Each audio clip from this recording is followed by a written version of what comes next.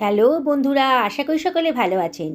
ফুটন্ত গরম জলে 1 চামচ মাখন দিয়ে দেখুন, অসাধারণ টেস্টি একটা রেসিপি কিন্তু আজকে তৈরি করে ফেলবো। এতটাই টেস্টি হবে না, বাড়ির বড় থেকে ছোট সবাই কিন্তু কাড়াকাড়ি করে খাবে। আর শুধু টেস্টিই না, এটা হবে ভীষণই হেলদি। আপনারা শেষ পর্যন্ত ভিডিওটা দেখুন, আশা করি আপনাদের ভীষণই ভালো লাগবে। আর এটা বানাতে আমার 10 মিনিট টাইম লেগেছে। সকালে ব্রেকফাস্ট নিয়ে চিন্তা করছেন?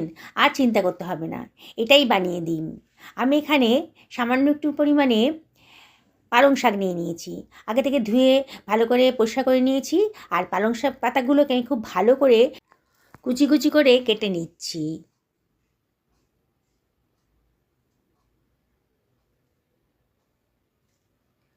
পালং শাক খাওয়া স্বাস্থ্যের পক্ষে ভীষণই ভালো, তাই এই রেসিপিতে আমি সামান্য একটুখানি পালং শাক দিয়ে দিয়েছি।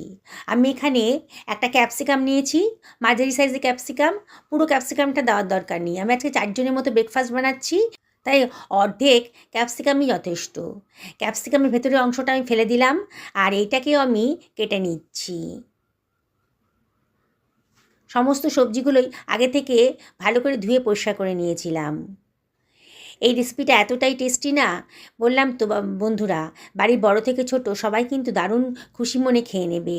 আর এটা ভীষণ হেলদিও আর টেস্টিও, আর বানানোও খুব সোজা। আর সেই জন্যে এটা আমি প্রায়ই আমাদের বাড়িতে হয়, সপ্তাহে 4 দিন করে এটা বাড়িতে হয়। কিন্তু পরিবারের সবাই আফসোস করে যে রোজ কেন করো না। রোজ করলেও কিন্তু এরা চেটেপুটে খেয়ে নেবে, এতটাই টেস্টি, এতটাই পছন্দের রেসিপি আমাদের বাড়িতে। আমি ক্যাপসিকামটা কাটা হয়ে গেছে, সরিয়ে রাখলাম। এবার আমি ছোটো সাইজের 2খানা গাজর নিয়ে নিয়েছি।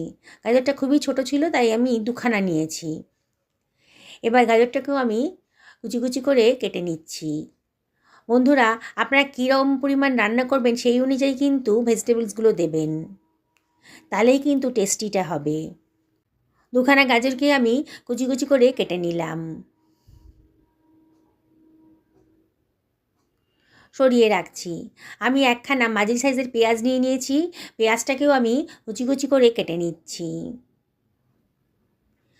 আমার কাছে যে যা সবজি ছিল আমি সেগুলো দিয়েছি, আপনাদের কাছে আরও যদি কিছু থাকে সেগুলোও দিয়ে দেবেন।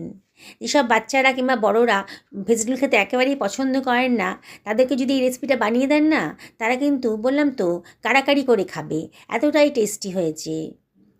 তাই এখানে যা বাড়িতে ভেজিটেবল আছে সবই দিয়ে দেবেন, খুবই টেস্টি হবে আর হেলদিও হবে। কারণ কতগুলো রসুনের কোয়াকে আমি কুচি কুচি করে কেটে নিচ্ছি, সরিয়ে রাখলাম। এবার 1খানা মাঝারি সাইজের টমেটো নিয়েছি, টমেটোটাকেও আমি কুচি কুচি করে কেটে নিচ্ছি।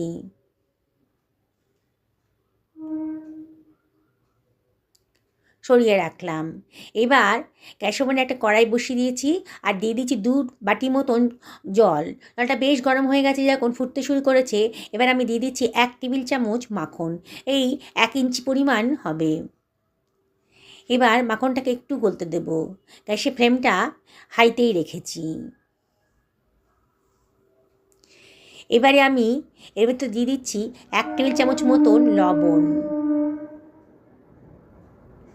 দেখুন বন্ধুরা, বানানোটা কতটাই সোজা। আর এর ভেতর দিয়ে দিচ্ছি রসুনের কুচিগুলো। এবার আমি এর ভেতর দিয়ে দেবো কেটে রাখা ভেজিটেবলসগুলো। ক্যাপসিকাম কুচিগুলো দিয়ে দিলাম, গাজরটাকেও দিয়ে দিলাম,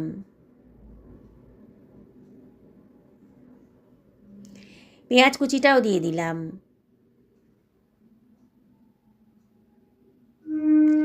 টমেটো কুচিটাও দিয়ে দিচ্ছি।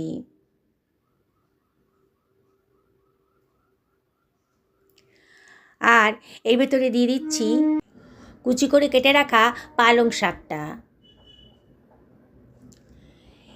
এবারে সব কিছু খুব ভালো করে মিশিয়ে নিচ্ছি।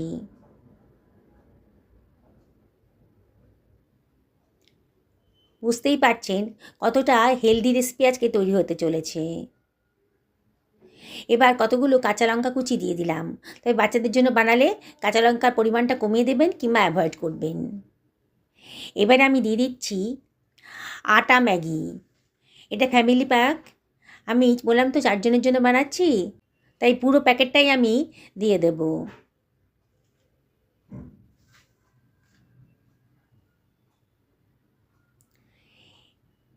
এই আটা ম্যাগিটা খেতে কিন্তু দারুণ টেস্টি, আর এটা হেলদিও বটে। প্রত্যেক বাচ্চাই কিন্তু ম্যাগি খেতে খুবই পছন্দ করে, আর আপনি যদি এইভাবে বানিয়ে দেন না, তাহলে কিন্তু আরও টেস্টি হবে, আরও হেলদি হবে। আর এই সুযোগে আপনি আপনার বাচ্চাদেরকে প্রচুর পরিমাণ ভেজিটেবলও খাইয়ে দিতে পারবেন। শুধু বাচ্চারা না, বড়রাও কিন্তু এটা খুব খেতে পছন্দ করবে, এতটাই টেস্টি হয়েছে। বাড়িতে যদি কোনো বয়স্ক ব্যক্তি থাকেন, তাকেও কিন্তু এই পুষ্টিতে ভরপুর ব্রেকফাস্টটা খাওয়াতে পারবেন। দেখুন, একটু ফুটতে শুরু করেছে, একটু নাড়াচাড়া করে দিচ্ছি।